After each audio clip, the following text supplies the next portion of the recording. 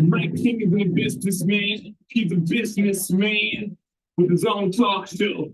On the mic with Mike, with the best business radio program in the game.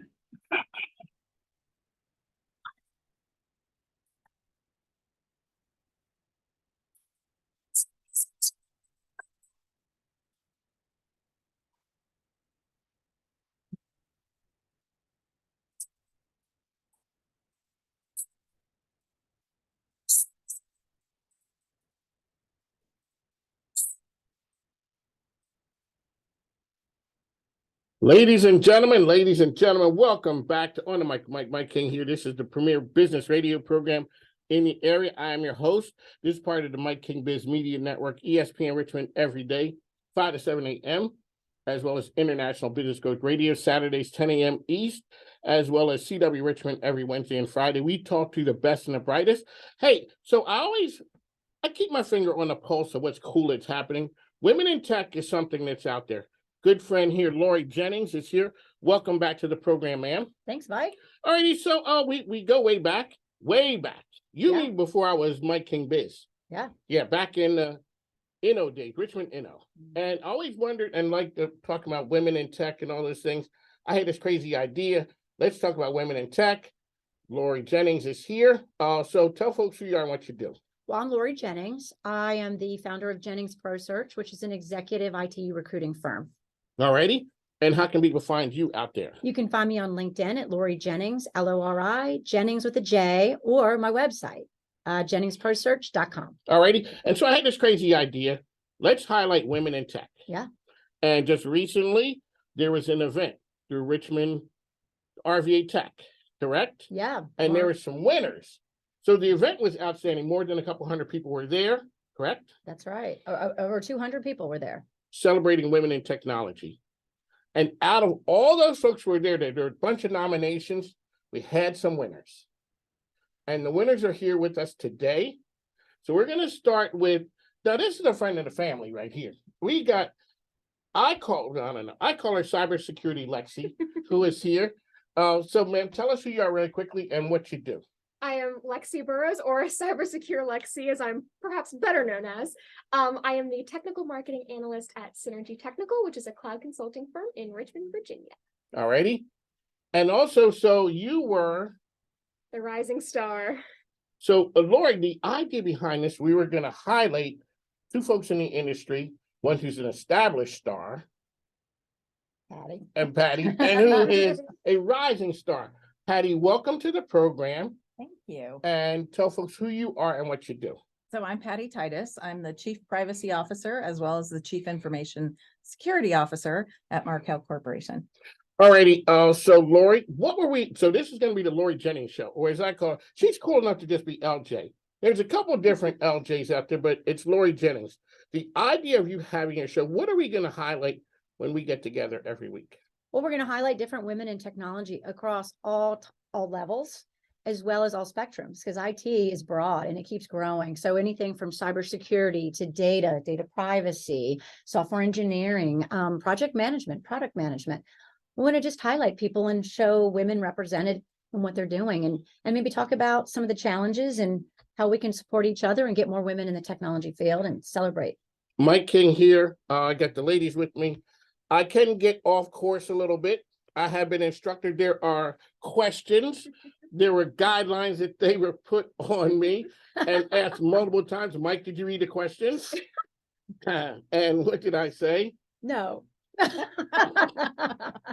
Because I had the question. One of the reasons when people come in, I'm always amazed and intrigued by what you do. And then I start thinking about how it affects me, how I look at things. So Lori, we're going to go to you. What are we talking about today? And now Patty and Lexi have questions that they wanted to put out there, because we're going to talk about women who are into their career, who are established, who are, you're out there. You have seen a ton of things.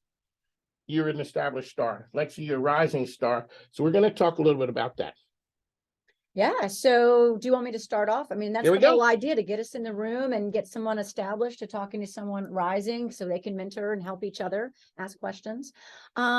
But let's start off with the awards last week because it's the RVA Tech Margaret Lynn McDermott Awards, named after Lynn McDermott, who was a trailblazer in the technology field and a mentor to many of us, as we came along. It was important to see her out there, and it helped a lot of us get in the industry. So that's what the awards were about, and they've grown over the years. Again, I think it started in 2015 or so, and every year we've had more and more people nominated. This year was outstanding. We had the most nominees, and we also had the most people in attendance, over 200 at the VMFA last week. It was exceptional. So that's what the awards are about. We have about 6 or 7 categories, which also includes a male ally, and we're going to be talking about male allyship in one of these shows, not today necessarily. But both Lexi and Patty won 2 of the awards, won the Rising Star and won the Lifetime Achievement Award. So I want to start by talking to each one of them and what that award means to them. And the Rising Star is somebody in the technology field that's in the first 5 years of their career. So why don't, Lexi, you start talking about what the award means to you to win this, because you had the largest number of nominations. I mean, it was a lot of people nominated, and she was the winner. There you go. Floor is yours, Lexi. It means everything to me, and I'm still riding that high. I'm incredibly grateful. I think a lot of people, not just in tech, but in every industry, especially women, deal with really intense imposter syndrome. And when I was nominated for the award, and my coworker who so graciously nominated me, it was kind of, there's no way I'll win. I'm grateful to be nominated, but I'm so young and I can't have made an impact. And when I was up there and I saw Lori up there and I was accepting my award, it was just such a testament to the wonderful network of the RVA Tech women that are here, both you guys and everyone that was in attendance at the award ceremony. Mom and Dad was there. Yes, They were looking at them. They were smiling. Like, look at our Yes. baby. She's done well. All right. So when you wanted to go into tech, were there other groups of girls who went with you, or did you have to sort of search out to find women out there who were going in that direction? So I am grateful because I come from a family of Your mom. technical professionals. Yes, my mother included. That's true. I have a really great network, but when it came to college, I started as a business major because I was so sick of IT. And then I transitioned to computer science. And with that, there were not a lot of women in my program. So I became the president of the Society of Women Engineers, which shows you just how small the tech industry was if I was the president of engineering and I wasn't even an engineer. And with that, Okay, there we go, ladies and gentlemen. That is it. yeah, so they couldn't even bring in an engineering major to be the president of an engineering club. But with that, I created a fantastic network of really amazing technical women. But yeah, when I started, there were not very many, and I'm grateful to have that network of professionals that are further along in their career. But my generation, it was a struggle to find them. How did you go over to the cyber world? What was it that was there that really did it for you? So it started with going to Christopher Newport University. I have like an hour and a half drive to and from. And so I got into the podcasting world, as I think we all did. And there were a few podcasts that really stood out to me, like Darknet Diaries and Reply All. And when I found myself looking forward to listening to those, I was like, oh, maybe there's something there. Maybe there's a passion here. And so I continued to do more research. I became an officer for our cybersecurity club back at my college.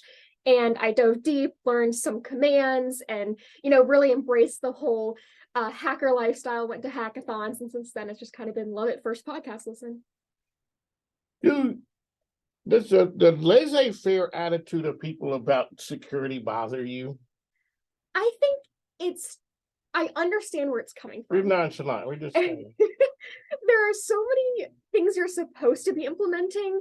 You should have a different password for every account and 2-factor authentication or text and an authentication app on your phone. And there are so many different rules and regulations that you're supposed to follow. I get it.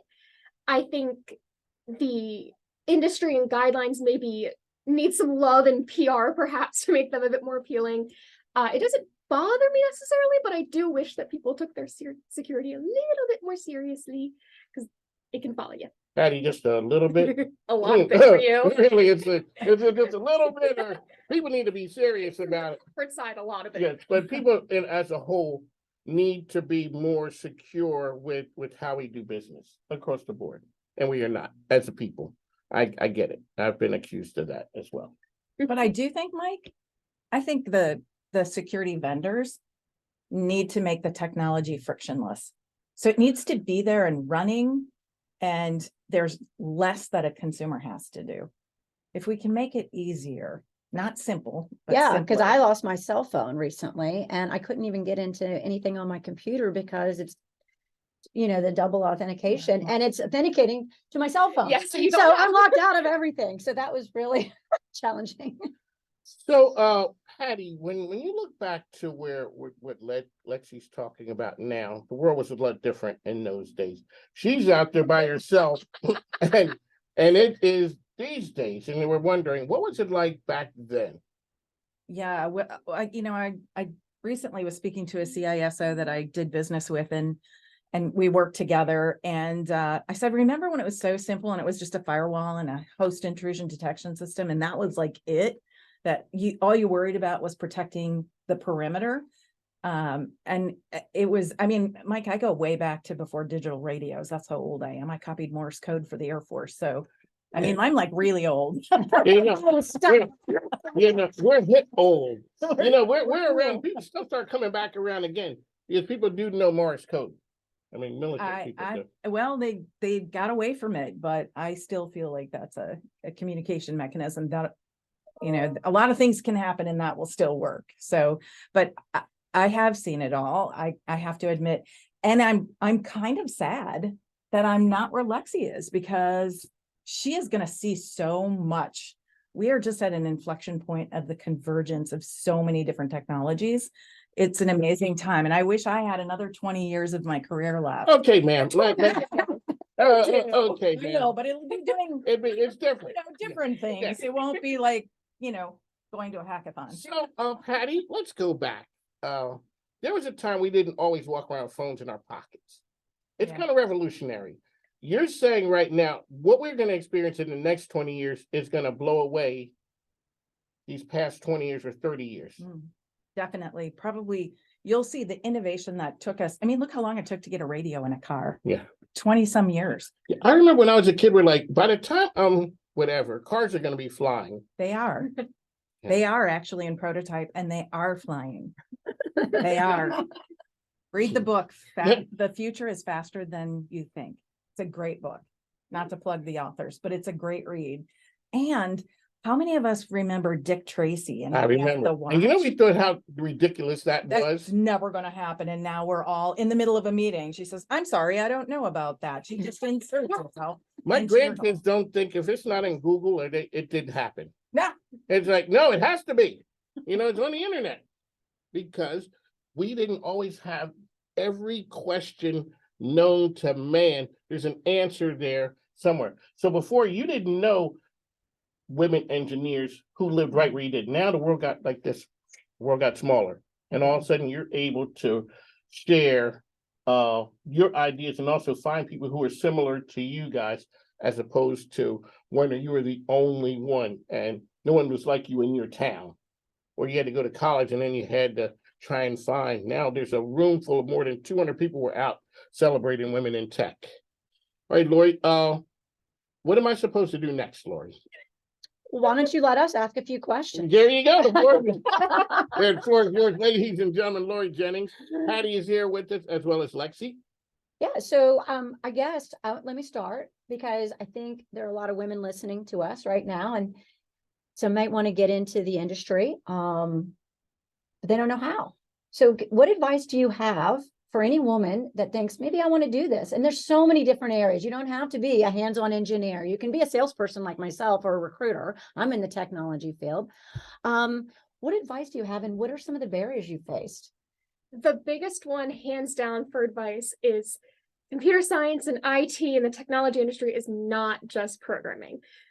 Full transparency, full disclosure, make fun of me in the comments all you want. I failed my Python class twice before I finally passed it. And I'm still here. I'm still living life and loving IT. So that was my biggest barriers. A lot of people think that technology, computer science is just being a software engineer at some big tech company and you're programming all day. That is just not true. Like Lori said, you can be a technology salesperson or a technology consultant and really love the technology and the ideas, but not be as hands-on as you need to be, which I'm incredibly grateful for. But the biggest barrier I found is proving your knowledge base once you're out of college, or you don't even have to go to college nowadays, which I think we're going to talk about a little bit later. And so my question for you is, how do you show employers, recruiters, anyone that you have that passion for cybersecurity, even if you don't have that experience quite yet? So I think watching how animated you are about it is part of it. Really, it's a lot of cultural fit. So so yes, I've been doing this for 25 plus years. And when I think about what do I look for in a resume? Well, I'm going to be honest because I'm a lifetime Girl Scout. So I look for Boy Scout, Girl Scout, right? I look, and people don't want to put that on their resume. They think, oh my gosh, I don't want to put that there. What I'm also looking for is really more of the cultural fit in with the team. So there's a team dynamic. We're always looking for diversity and inclusion. We're very focused more on the inclusion because we've got a lot of diverse folks on the team. But I'm looking more for neural diversity. So I want to have a group of people that come from different socioeconomic backgrounds, because when you deploy technology, there are cultural impacts. We don't think about that. So I spent a lot of years living overseas. And when you live in other countries, you see that your brain that is so geared toward living in Richmond, Virginia, now expands to say, wow, there's a whole world out there of different cultures. And so that we could probably do a whole show just We like that. could on that one. We could, Mike. But I'm really looking for somebody who's really got tenacity, someone who really wants to finish something, start it and finish it. So projects, or somebody who's just hungry to learn. So we also hire people out of the insurance operation. So we just hired a young gentleman from claims. He really was looking for something different. He came over and shadowed a few of our folks, similar to what we do with interns. They come in, they shadow, see if they like it. And of course they always do, but they quickly learned that it is not like CSI on TV. It is not quite that sexy. It's a little bit more, you got to have some patience, because when you're running a forensics investigation, it is not all kinds of things and, see-through whiteboards. That's not happening in the It's real not world. sexy like that. No, But it could be. but it's fun. It's fun to think about all the different ways you can hack a system, because if you think it, somebody's probably already doing it, maybe to you. So One of Mike King, Lori Jennings is here, Patty, as well as Lexi. We're talking women in tech. These are award winners from RVA Tech a couple weeks or so ago. Congratulations once again, ladies. Lori, when we look at the idea of women in tech, it's different now than it was. You guys, it seems to me, well, you guys are celebrating women who you knew were trailblazers. Now people look at you guys that way. Let's talk about that right there. So Lexi, when you see these ladies right here, what does it say like to you? Because their kids were looking up to you when you walk in a room, people are looking at you going, you really do that for a living? Or when Ro is out there talking, shout out to Ro Mead, who is out there from Synergy Technical. When people look at Ro is saying to, hey, you need to talk to Lexi over there.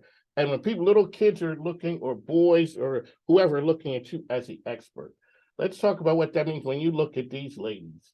I can't say enough great things about this group of women, and like Ro and the network I'm so grateful to have and to have known for a good chunk of my life.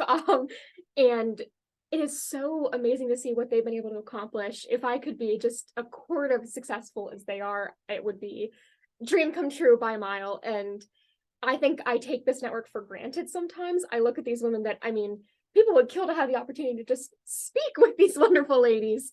And I feel that a lot. And I was recently at an RVA Tech panel for chief data officers. And one of them said, I don't know why I'm so intimidating. I have such a nice personality, but everyone's scared to talk to me because of my title. And I think it's the same thing here, where these women are so fantastic. They're so approachable.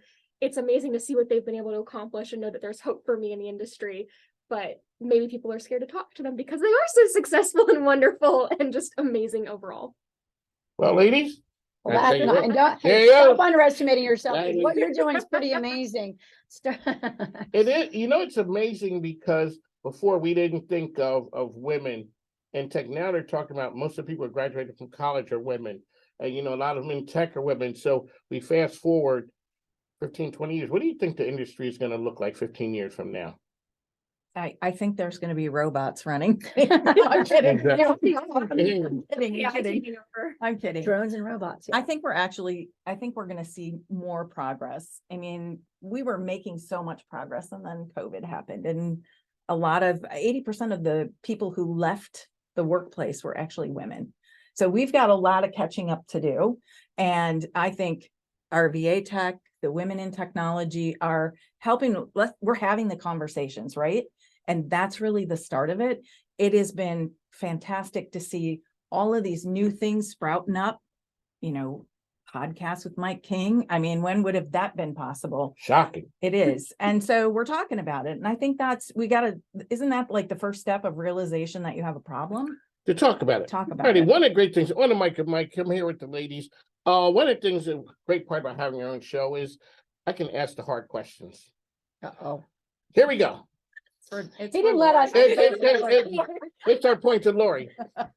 Women bring something different to the tech space.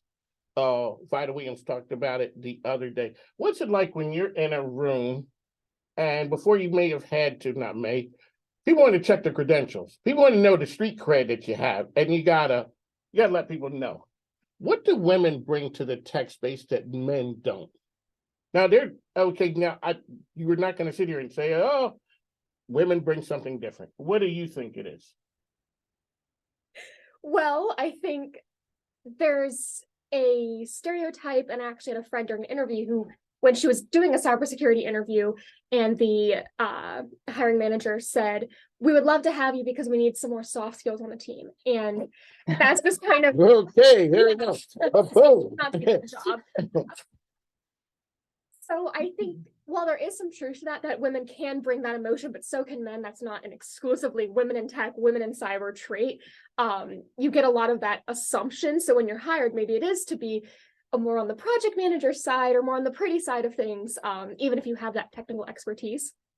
But also those, especially being a parent or just having children around you and you have that like maternal instinct and you really can go into power mode and get things done and say, okay, we need to do this, this, and this, and not get so overwhelmed in the face of a crisis. Because if you are having a cyber attack or even just, a system is down, you need to be able to think clearly and make sure you're following all the protocol to get yourself up and running and make sure you're not breaking any rules or any data protection information.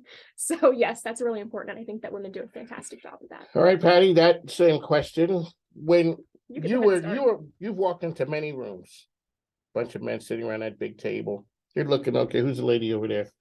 And suddenly, when people are checking your credentials, you know. What's it feel like when you had to put somebody in their place and people knew what time it was? Did it feel good? With somebody in their place. Well, I would say that it has been rewarding, that I haven't had too many situations where I've walked into the room and been completely snubbed because I was a female. There have been times, and in those times, rather than focus on the negative, I focus on what could I have done different? Could I have communicated differently? Or do I just need to maybe pull a person aside and say, hey, we have to work together. So I might be a different gender, but we both have the same optimal goal, right? And if you make sure when you walk in the room, what's the objective of the meeting? So if it's a room full of men, you're the only woman, what's the objective of the meeting? And it's not really about gender, it's about solving a problem, sometimes solving a problem for the entire company. And that's critical to me. And there have been crises. I was activated critical staff during 9/11 for the Treasury Department. And I will tell you that the bulk of the people who remained behind were women on the crisis team. So sometimes you think you got a good plan of all the people who say, I want to be on the crisis management team. But when the rubber hits the road, who's left in Washington, D.C. protecting the president? That's terrifying. I know. Well, really, thank you, Patty, for that And my sobering thought. Yeah, I want to bring up something because we didn't really get to talk about Patty and her background. And I think it's such an interesting point because Patty weaved her career. She didn't start out in cybersecurity, right? Yeah, You no. started out in a very different role that was even more male dominated probably and You seem much like a scarier. So female Jack let's talk Ryan. about, yes, that's what I mean. So let's Yeah. talk about, I want you to tell everybody your journey so that people can see that, hey, there's a lot of people out there that might be teachers, they might be cops, there's anything that want to maybe transition.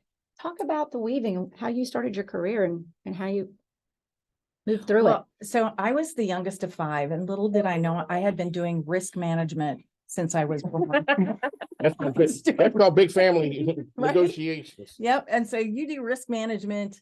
And I when I turned 19, I said, I have got to blow this place because I lived in Minnesota and it was cold and I wanted to see the world and I really wanted to travel. So why not do it on somebody else's dime? So I joined the Air Force.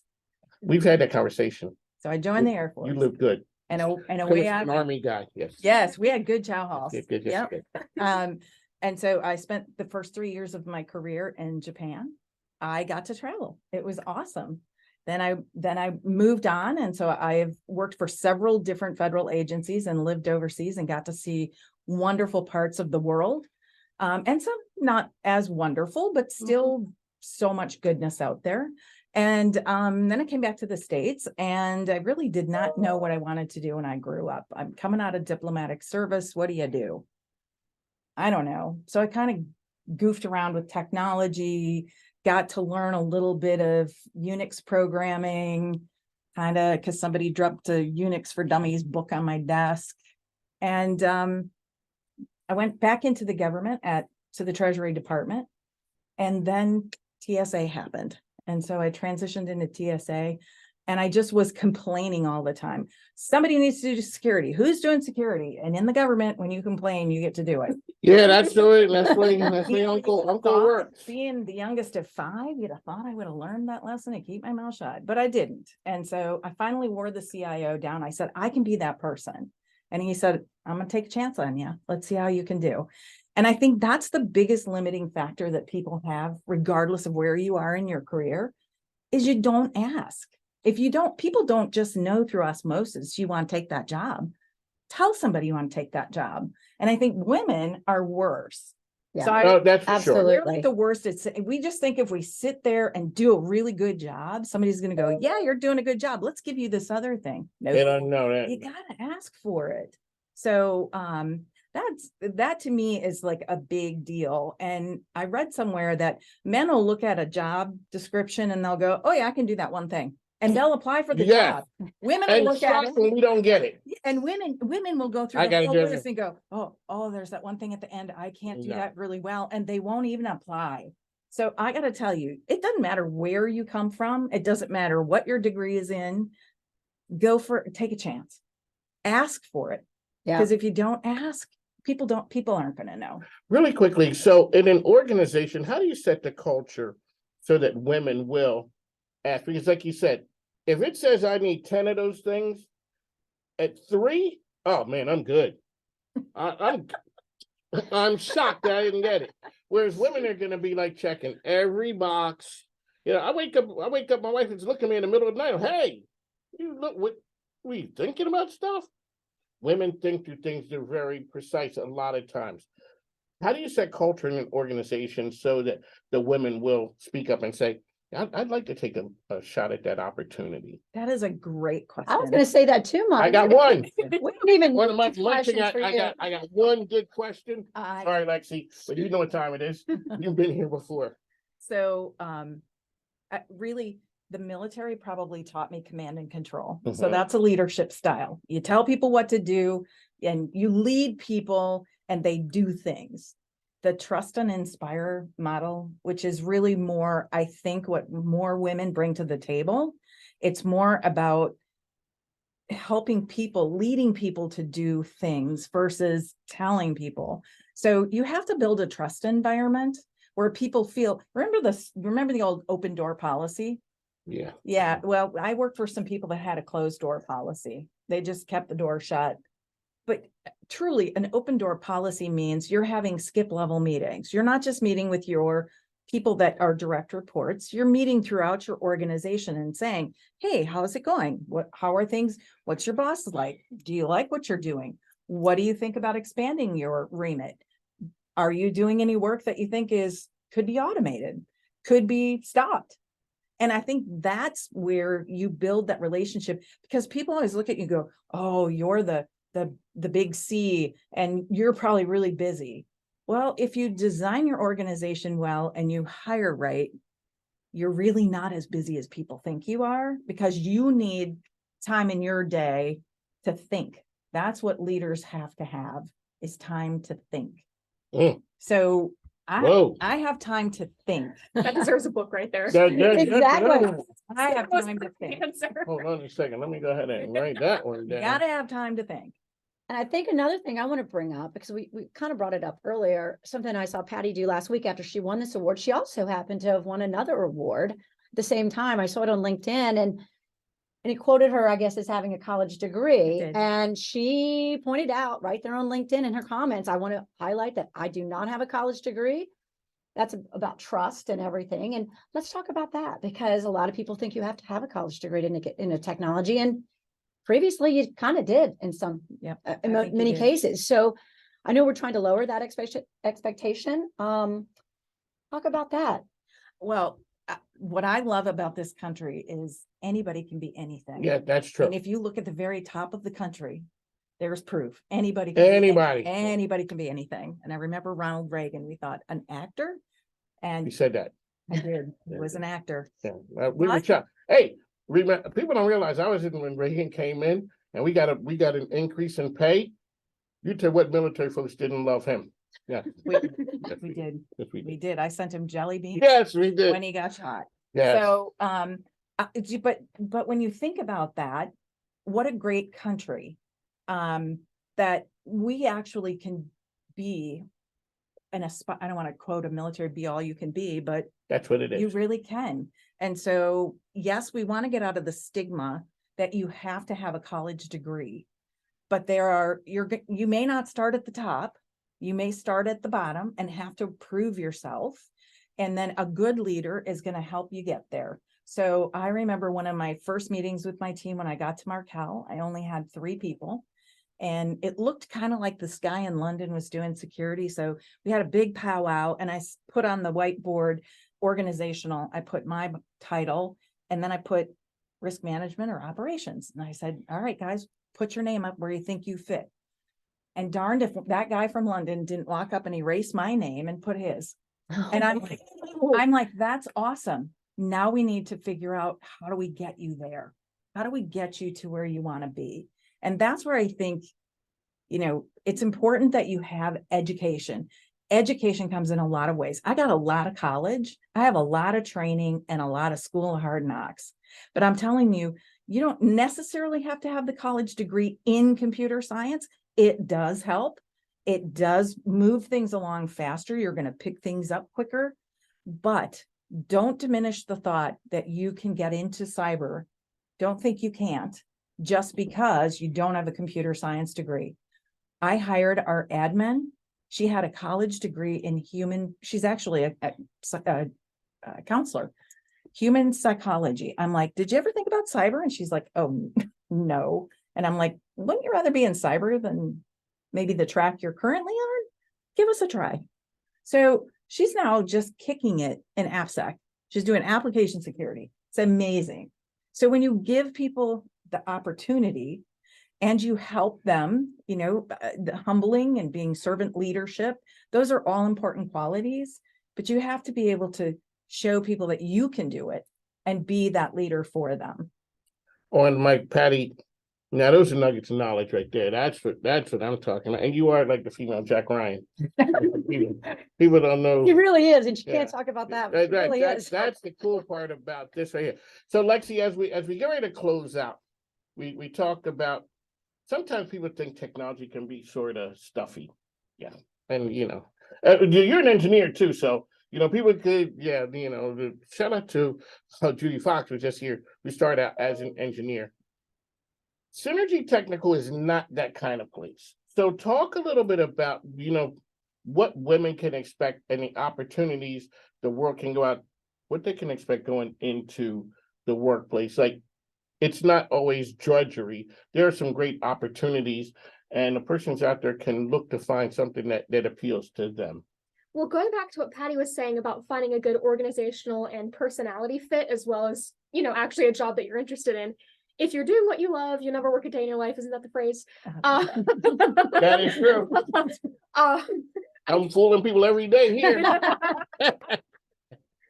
But so if you're really passionate about that, it'll help you make a great fit, but also making the best of your organization. It's not, you see the Googles and like the Facebooks or Metas in the world, and you see like the slides in their office and the unlimited snack bar and hoverboards across the campus and all that.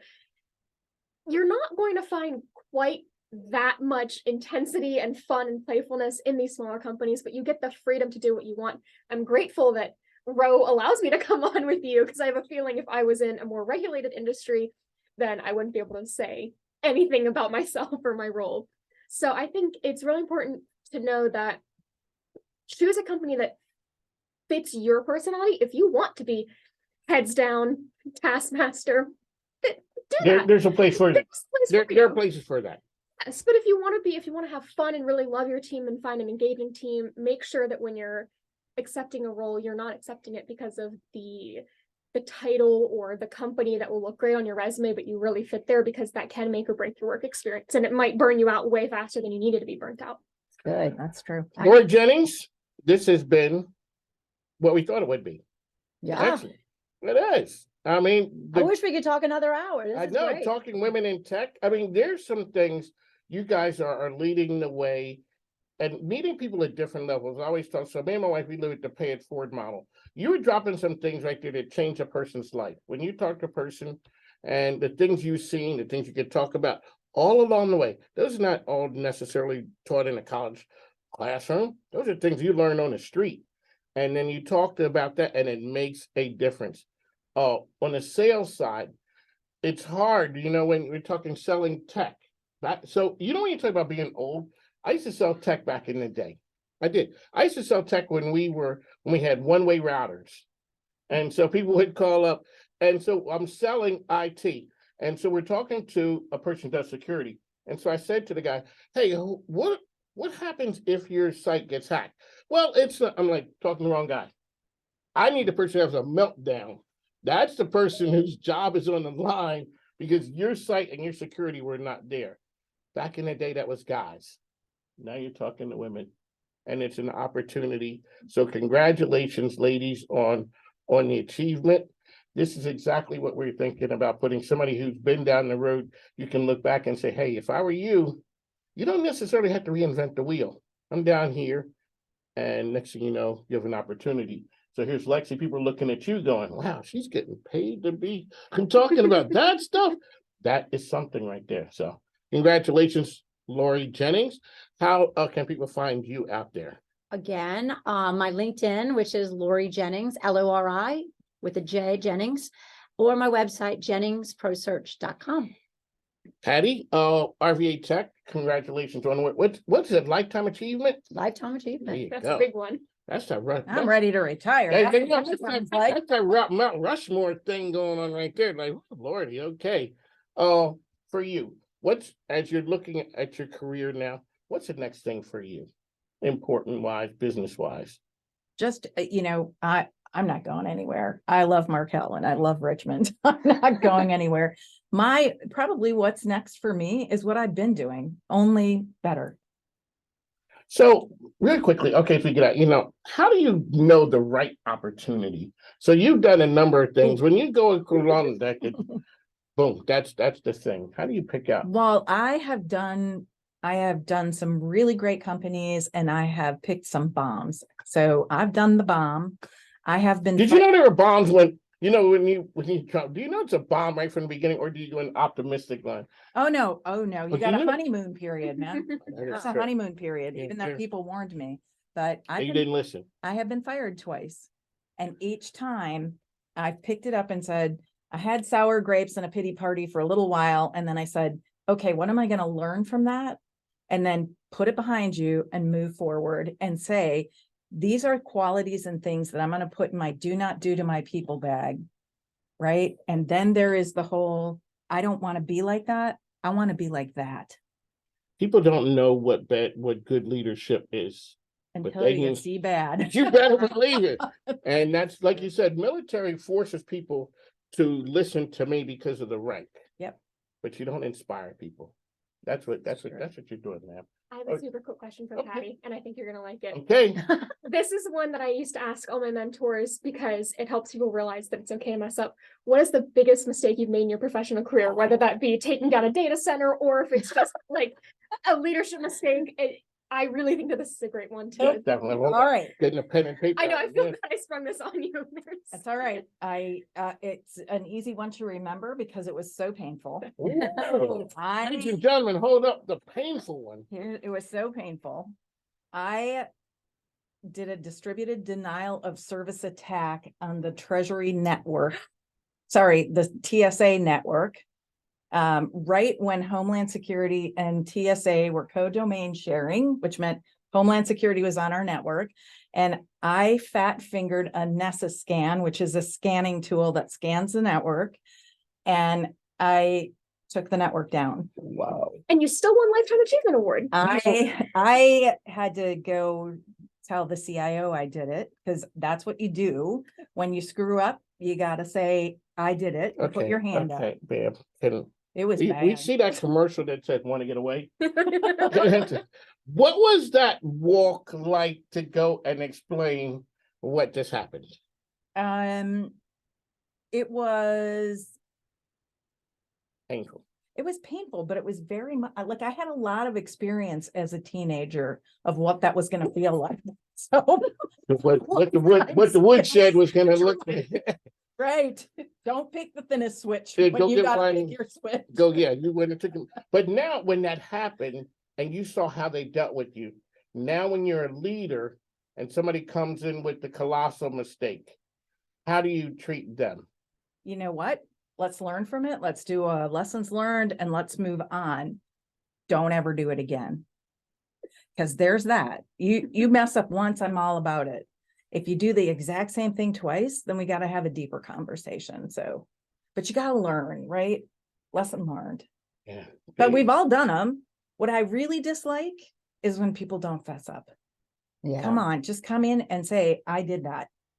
Because people will respect you more when you do that. And that's something that I try to impart on my team. Screw up, fess up. That ought to be on a platter. T-shirt. Exactly. Fess up. Make it really Fess up. quickly. All right, on the Mike King here. This has been outstanding. We had Lori Jennings here. You're gonna hear some outstanding things. She knows some really cool people, and I always say cool people know cool people. And so, ladies, congratulations. Any words of wisdom on the way out? Wow, I don't know. Gosh, But she thought she was coming here and not talking. We're on a radio. I- We're on a radio show. I would say, so one of the career questions, I just want to tell people, don't be scared to take a step backwards or to take a step sideways sometimes in their career. As a recruiter, I see this too often, and this is for women and men.